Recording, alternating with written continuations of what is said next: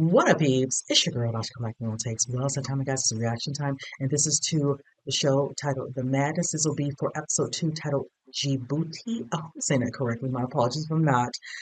Truly did enjoy the first episode. I was literally glued. I really didn't have a lot to say. I like just take it all in and just kind of let my stuff be known. So she all knows I don't really have too much to say. It takes a lot for me to interrupt when I'm looking at actual reactions of a show because I don't want to miss anything that's said or spoken. That's just how I've always been. Now I will say a lot was happening in this particular episode when we're dealing with Muncie, played by Coleman.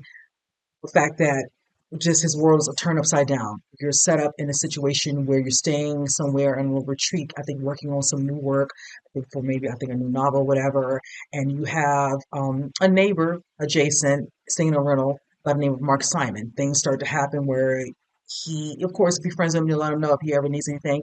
The day comes when he needs something, and he comes to find this man has been murdered gruesomely.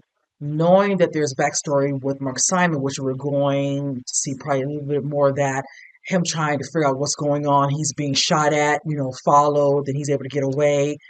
Still upset that he left what looked like a weapon he used to protect himself because, they cleaned up the body. Then you have, police not really believing him, thinking because, he has such a wild imagination, being that he's, a writer, that works against him a little bit in that instance. And then you have people when he ends up going back home who doesn't believe him as well. Mind you, you have your attorney played by Dion Cole, who's like, stay off the grid, this, but Muncie's like, I got to get to the bottom of this. I got to start doing some digging. You meet his to-be ex-wife with their kids. Some man shows up. I don't know if it's a new guy. Now you're wondering what's really going on because people showing up at the hospital when you're hurt from that little scuffle with the guy, in the woods. And they're like, threatening him and slightly, through his family situation with his family. I look forward to that kind of being fleshed out a little bit more because you can tell it's a little bit of a strain with him and I'm assuming his ex-wife being at a comment made about some documents and papers, in regards to, I'm assuming they have a finalized separation. He has a son. He takes him to a hotel, but again, like I stated in my response at the end, they seem to be one step ahead of him. It seems like they knew where he was. Some man watching him watch about some woman who wanted to be of service or help to him, about a little bit more that's really going on with the person, Mark Simon, that he does not aware of. And he's got caught up with something he has no business being caught up in. And now, this murder. And you see this person near this, SUV that's nonchalantly standing there and his son, raising out. So pretty much everywhere you go, somebody kind of knows where you are.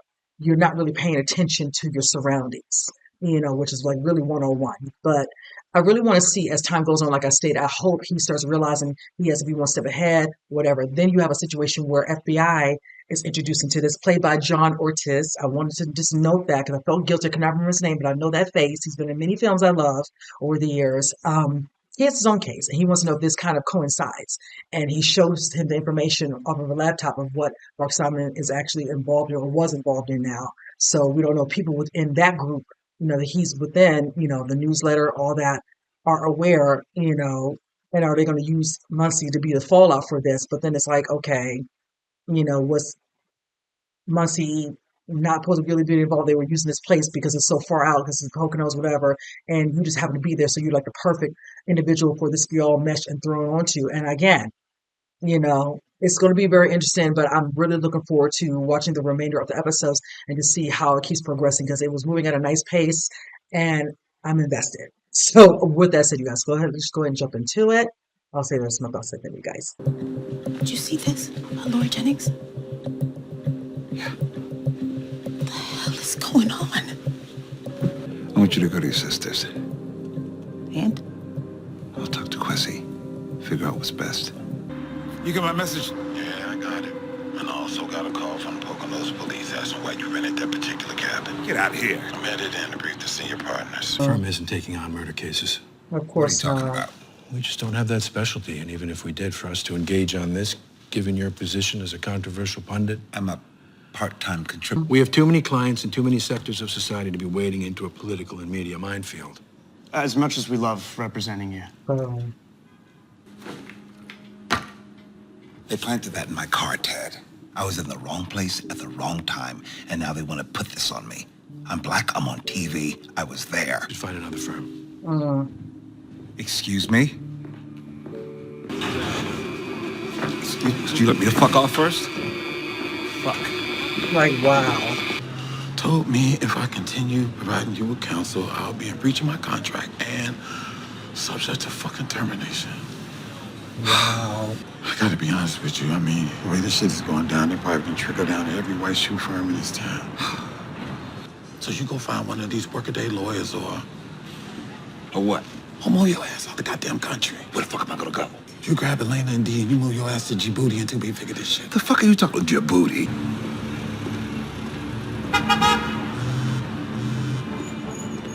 Is that person following her? Some asshole got our numbers. You should probably also speak to Callie. If we're getting harassed, she might be too. No one even knows that she and People find out all kinds of things now.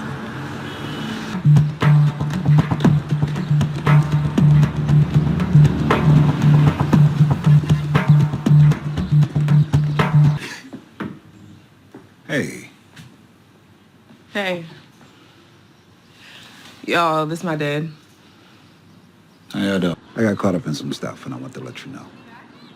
What kind of stuff? I think I'm getting framed for murder. Point is, Demetrius and Elena's phones got doxed by a bunch of... Psychotic white people? Yeah. And I was worried yours might get the same. Name's not even on my birth certificate. Damn. Okay. I'm gonna go. I'll walk you out. No, don't worry about it. I'll... Really. Be safe. Let's talk in the garage. Nosy neighbors. Oh my God. And all I know is that you're the one that started this whole thing. So what the fuck's up? That's what I'm trying to find out. I didn't do anything to your husband. I wouldn't have come here if I did. You gotta believe me. I want to know what the fuck is going on as much as you do because they're trying to blame me for it, whoever they are. You didn't tell me he was brother 14. I'm not part of that world anymore. Okay.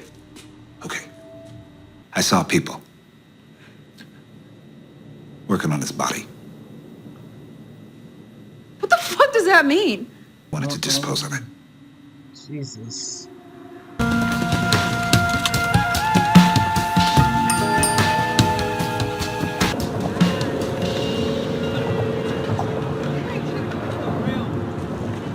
What's good, boss? Did Agent Osman also see who broke into my car? Because people are setting me up. They set up that body in the swamp? He chased me there. Not 21 times? The guy was 5 feet away from me with a gun. I didn't have a choice. They're framing you for him or Mark Simon? What the fuck does it look like? It looks like I'm waiting for you to tell me what you know. Great. Should have told me the whole story yesterday. I spoke to Laura Jennings last night. She says she knew what happened, and she knew I didn't do it. Why are you withholding on me, Muncie? Exactly. Why are you?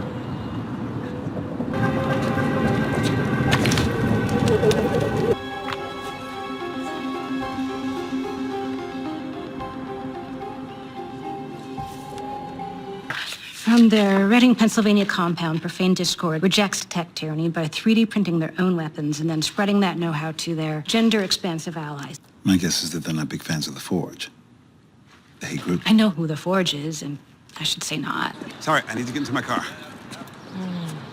Just trying to live your life like Brother 14? Just living his life? Oh! You just put your hands on me! What? I dare you. There are cameras everywhere. Do it again. Who do you think they're gonna believe?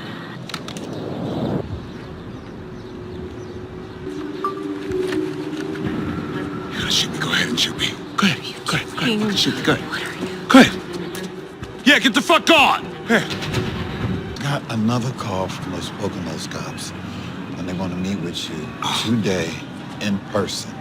The dead guy belonged to an anarchist group out there in Reading. All right, we get the other guy's name, this shit goes away. Do you think it's set up all along? Because they knew about your pops? No, they were trying to kill me, Quest. It wasn't until they knew who I was that they set up the frames 30 years ago. I know. Do I look like I go around killing white dudes? Hello. Well, it's the guy in the swamp. Like you said before, the police are looking for a story they believe. And despite your MO, my nigga, you're not gonna be able to talk your way out of this. I'll be at that park down the way. Seems people think I'm no part of it too, so. That's why they fuck with your house? Woke up one morning and realized he was a Derek Chauvin fanboy and was like, oh dear, I had no idea. This when you tell me to live a day in your shoes? Because I don't wanna. And I definitely don't want whatever it is you have back there. When we met, he never told me about that. But he was brother 14. But you were cool with him being forged, huh? No. He was just a guy willing to take care of a deeply fucked up person. You know who Laura Jennings is? Yeah, does she know Mark? I have no idea. I need you to find out. She tried to talk to me and now she's in the hospital. I just want my kids to be safe. Well, they aren't. So, I read some of what they posted. Alt-right bad shit, Well, they got me eating babies on pizzas. basically. Yeah, I got a plan.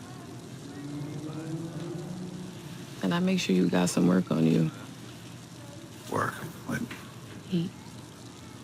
You got guns? I'm a black girl living in North Philly. She died? Yeah, man, like it literally just happened.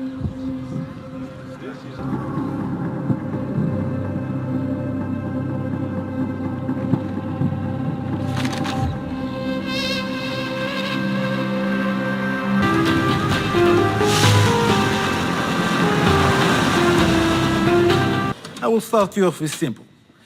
Canik make a 9mm TP9 Elite Combat. Super duper bang for your buck. Ideally, first you should go to a range. It's just for show.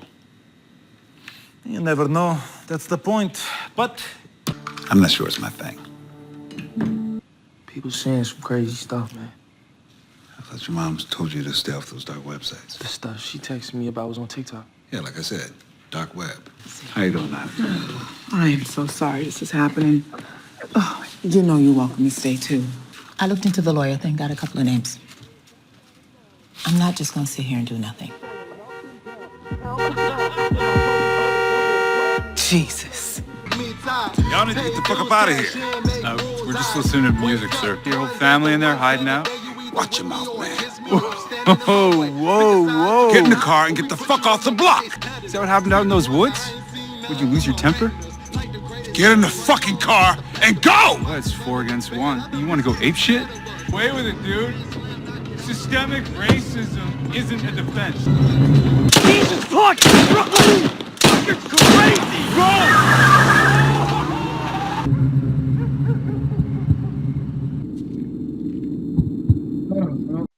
All right, you guys, this was a great episode and things are starting to escalate.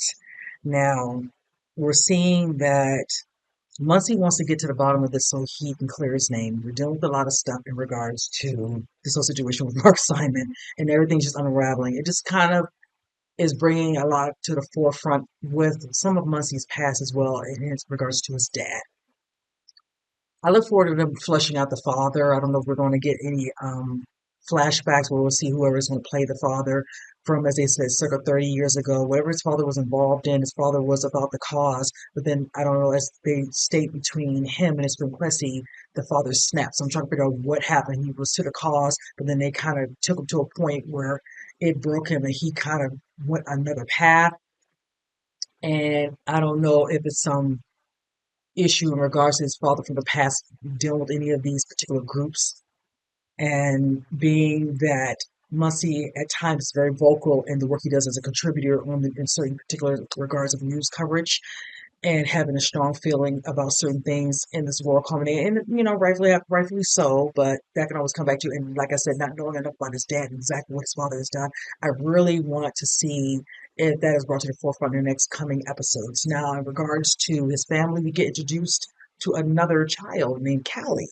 It's interesting how we know about Demetrius, but not about his daughter.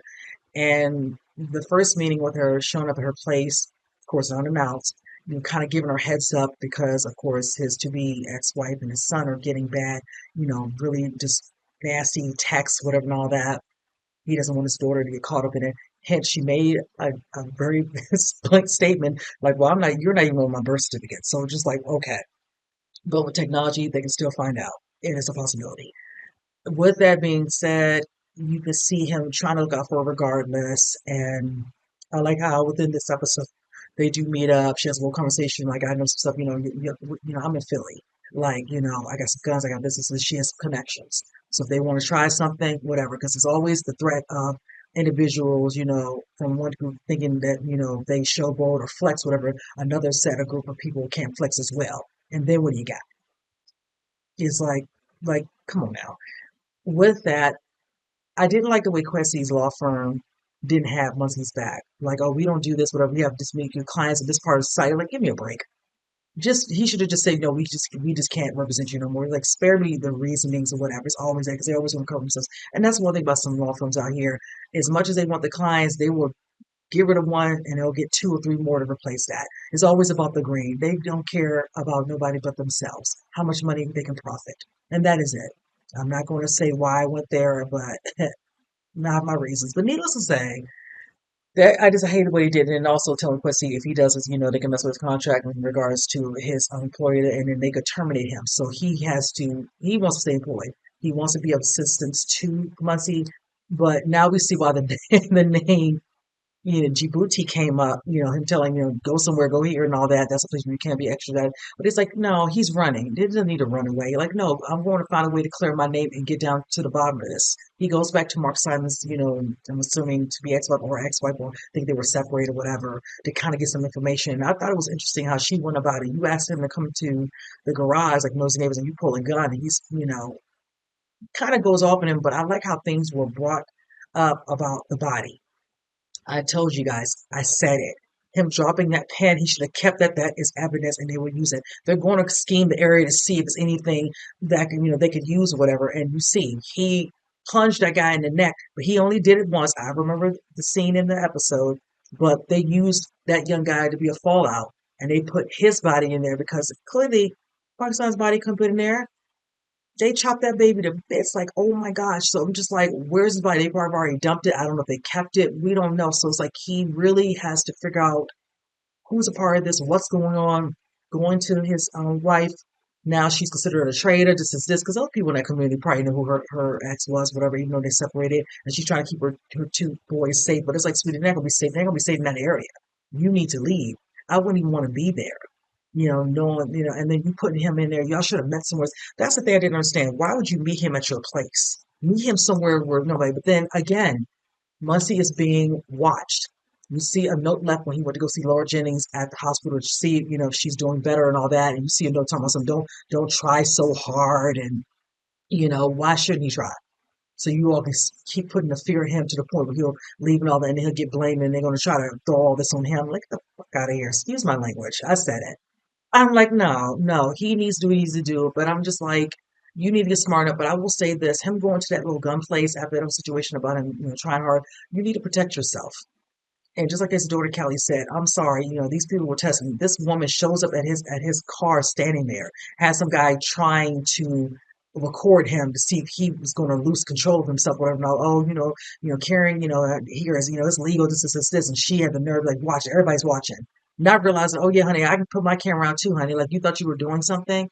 I had to laugh almost at that part. Like, she has him to try to see if she can get him to be, out of character or whatever, as the brother. And then when he threw that camera out, oh, gun back in the purse. Like, no. Like, get the hell away from my car. Like, are you serious? I would have put my camera, like, get away from my car. Stop standing in front of my property. She'd have been lucky I didn't touch her. Get out of the car, grabbed her by her head, and knocked her head out of my way. Get away from me.